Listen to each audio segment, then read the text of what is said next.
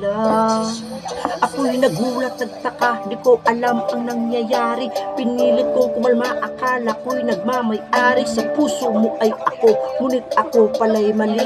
Hindi ko inakalang ang puso'y maging sawi. Minahal kita, inalagaan kita, di ko man sa'yo maibigay ang lahat. Ginawa ko lahat, maipakita ko lang sa buong mundo ang pagiging matapat at responsable mong kabiyak.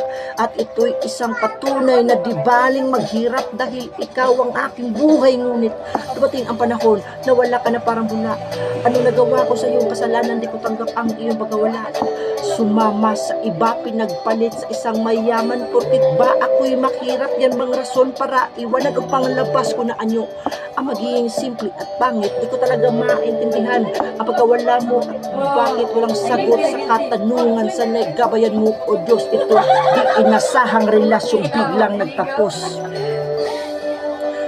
Bakit ba ganito kapalaran? Di ko alam kung ano ang dahilan. Matatanggap na wala ka na o kay sakit naman.